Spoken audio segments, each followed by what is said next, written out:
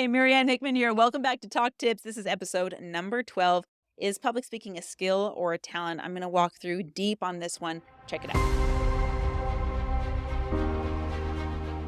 Well, okay, so is public speaking a skill or a talent? Now, we're going to dive a little bit deeper on this one and we're going to get really vulnerable here. So, buckle up.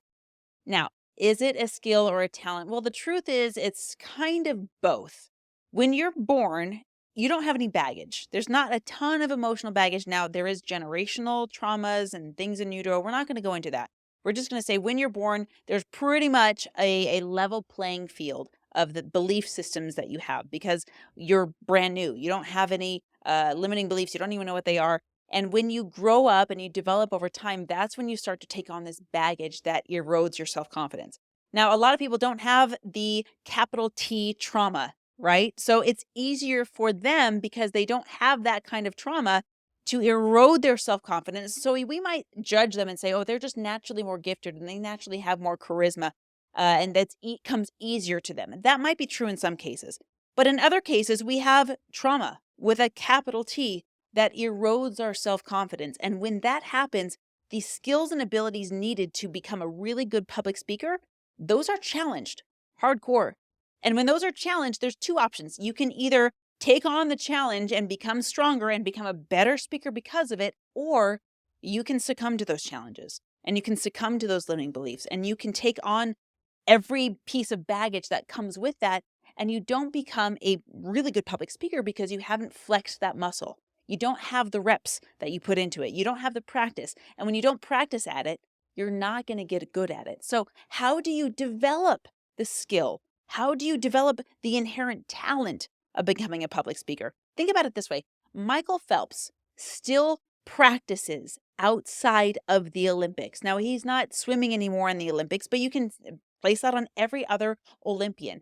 They don't just jump in the pool and say, oh, look, I'm naturally talented. I'm going to win a gold medal. That doesn't happen.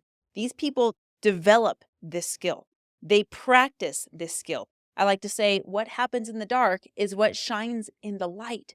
So when the spotlight's on, the stage lights are on, the floodlights are on, and it's your time to shine, it's because you've practiced and rehearsed the skills that it takes to become a really effective public speaker.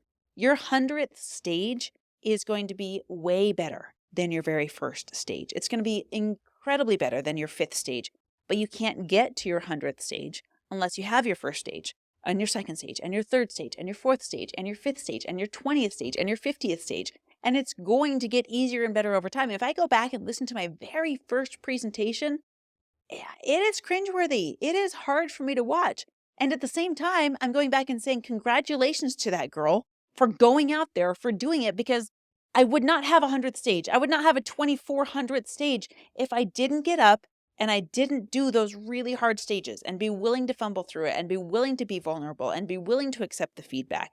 And before I even got on that first stage, I had to have breakthrough after breakthrough after breakthrough. This is where I'm hacking my own brain, asking what's holding me back, and then overcoming it. And I'm going to give you those steps right now. So pay attention. If you want to get on stage and you're not, go through this process with me. Number 1, ask yourself this. What is the number 1 limiting belief holding me back from that big goal? And yes, there's something there. So wait until you get the answer and don't judge it. If you don't have everything that you want out of this life, it's because you haven't developed yourself into the person that has those things. So we've got to ask ourselves, what is the number 1 thing holding me back? When you get that, ask it this question, really challenge the idea. Is that idea serving me? Now here's a follow-up question. What is the cost of continuing to believe that idea? What am I sacrificing just so this idea can be true?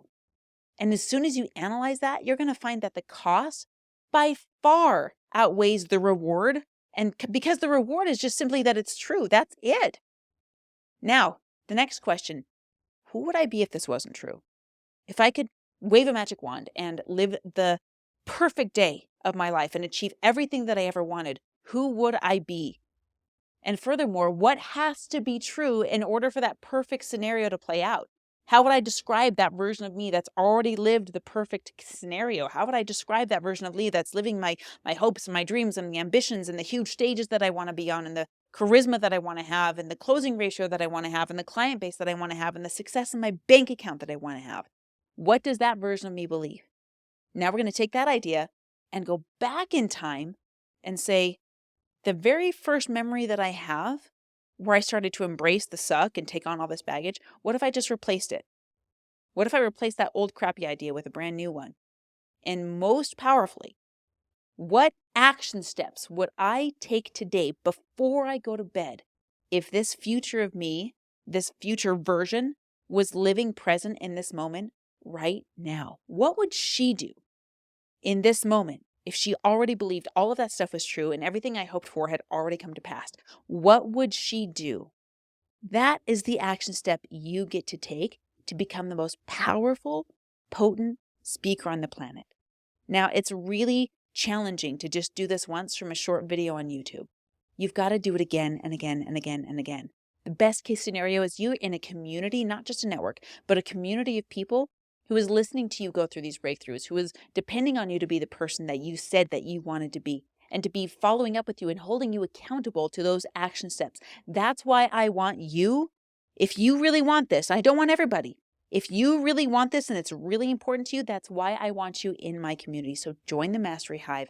Get surrounded by a community of people who are also holding themselves to a high standard and who are growing together. And this isn't just hyperbole. I've watched people come into this who have never spoken before, and now they're leading events. I've watched people come into this and start podcasts. I've watched people come into this and start YouTube channels and get on these stages because they started believing in what they could do. And now other people are able to ride on the coattails of their faith.